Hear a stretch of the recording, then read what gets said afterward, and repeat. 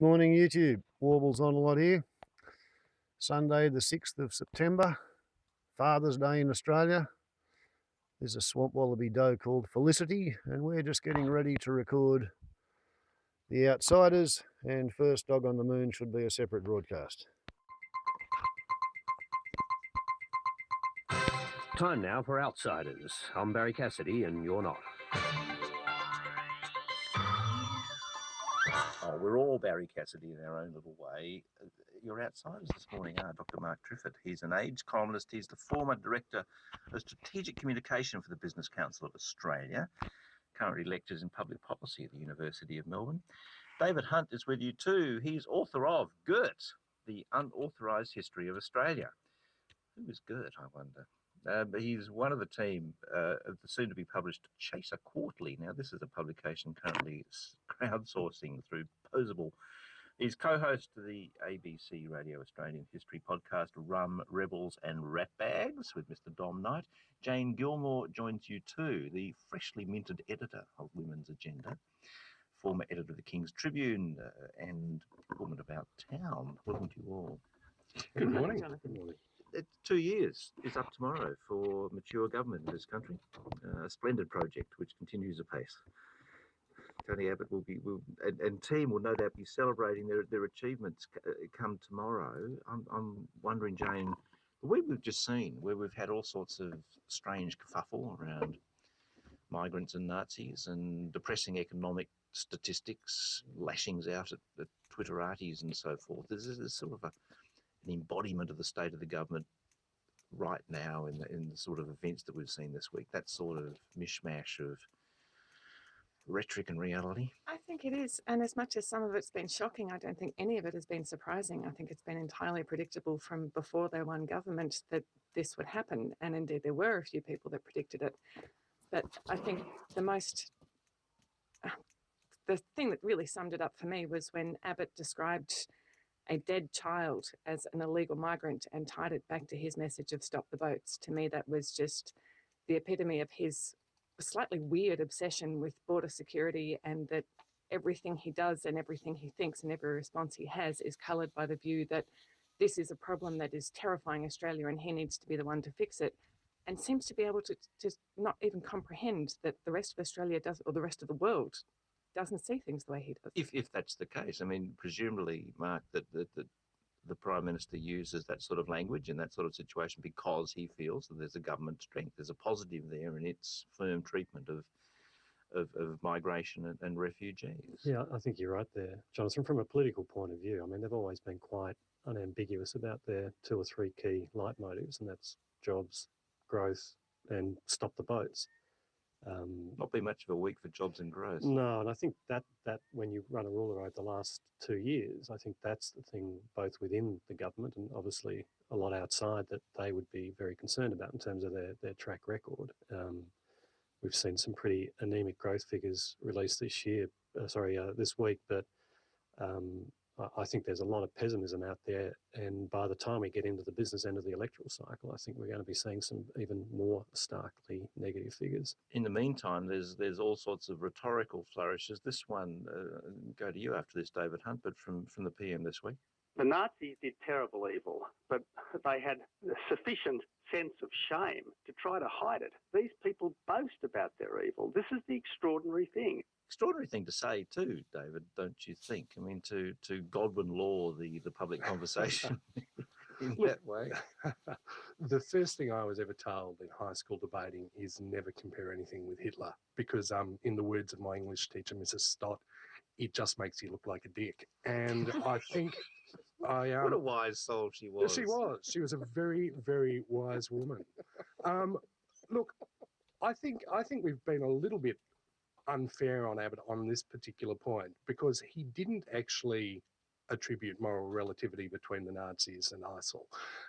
It's really more a case of sort of tin ear, jackboot in the mouth than anything else, I think. But what the statement does show is that he believes that if you're going to do bad things, then it's better to do them in secret, which I'm concerned is really becoming our government's policy, and that's the bit about that statement that concerns me more. I'm not convinced, Jane Gilmore, that issue of equivalence wasn't attempted there either. I mean, to say that you guys are evil, but that other lot, at least they had a sense of shame about it, to me that suggests some sort of weighing of the time. I know the PM denied that. He said he's not trying to rank evilness, but... Well, it's not always easy to know exactly what Abbott means from the words that he says. They can sometimes be a bit tricky. It's what Annabelle Crabb described as the unsupervised aerobar of thought bubbles that comes out of his mouth. So whether he was actually had thought this out and really believes that there is some kind of moral equivalence or that there isn't is kind of difficult to know, but it does, as Mark said before, it does indicate some level of the way he thinks about it as much as he thinks about things, that yes, secrecy is better, and there is absolutes, there is black and white, and once you've decided which side you're on, then you never consider anything else, you just keep going. And I think that's part of what makes him dangerous too. And then we have the comparison, don't we, Mark, of our response to this sort of situation with the sort of rhetoric that Angela Merkel has been using in the past 24 hours, where she's saying, you know, the European project is about the sort of compassion we're attempting to show here. There's sort of a mile between our response and what looks like becoming the European response here. Yeah, I think it's one of those things where events are probably moving ahead of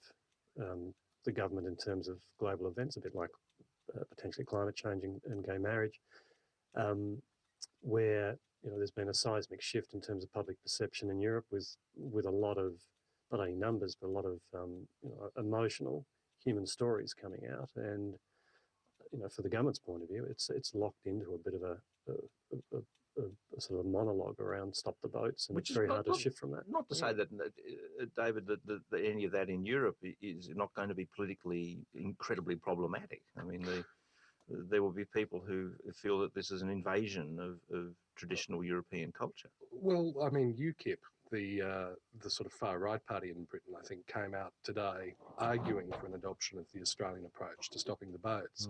But also in England, I mean, British football supporter groups are actually taking welcome refugees banners into games. And Bayern Munich has set up a camp.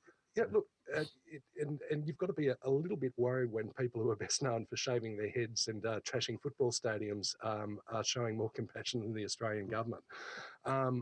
So I think Australia is behind the 8 ball on this. We are playing catch up, and there's this tin ear where we are still cloaking every sort of international event through this sort of narrow lens of national security, rather than humanity and compassion. Well, and I think when I say we are doing that, not all of us are doing that. I think Mike Baird's showing some real leadership on this issue. To really hit a nerve. Look, at least for the government, there's been some splendid news around the economy. And despite having the biggest fall in our terms of trade in 50 years, we've managed to continue to grow and grow strongly last year. Mark Triffett, this is an interesting redefinition of 0.2% growth. Yeah, I think it was only a 50% decrease in what the market expected in terms of 0.4%. But I think if you look at this objectively rather than politically, we are approaching, I think, something of a perfect storm. Our currency is in free fall. Our stock market is one of the worst performing in the world. Our wage growth is slipping and our debt's ballooning. So all these things, I think, are coming together in a very unfortunate sort of nexus. I can't really see over the next 6 months, at least anyway, how the situation might improve. And I think, again, that's problematic for the government as it goes into the electoral cycle. The R word is not out of the question. No, I actually think if it's not going to happen within the next 2 or 3 quarters, it's bound to happen in the medium term, because everything is running against us. I mean, China, which was our saviour for a long period of time, is not going to be picking up anytime soon. So all these trends are going one way, unfortunately. I mean, opponents of the government, David Hunt, can have a sense of schadenfreude about the economic numbers and so forth. But this is a really serious issue for the country. Well, look, I love the fact how we are now comparing ourselves with Brazil. I mean, we should also be reassured that we're also way. that we're also doing much better than Burkina Faso and Antarctica. Look, I think this is a real concern, and I think the government's in a real bind on this one, because in the lead up to the last election, you had Tony Abbott and Joe Hockey repeatedly comparing, Australia's debt situation to that of Greece. We're not doing that anymore because Greece has greater economic growth last quarter.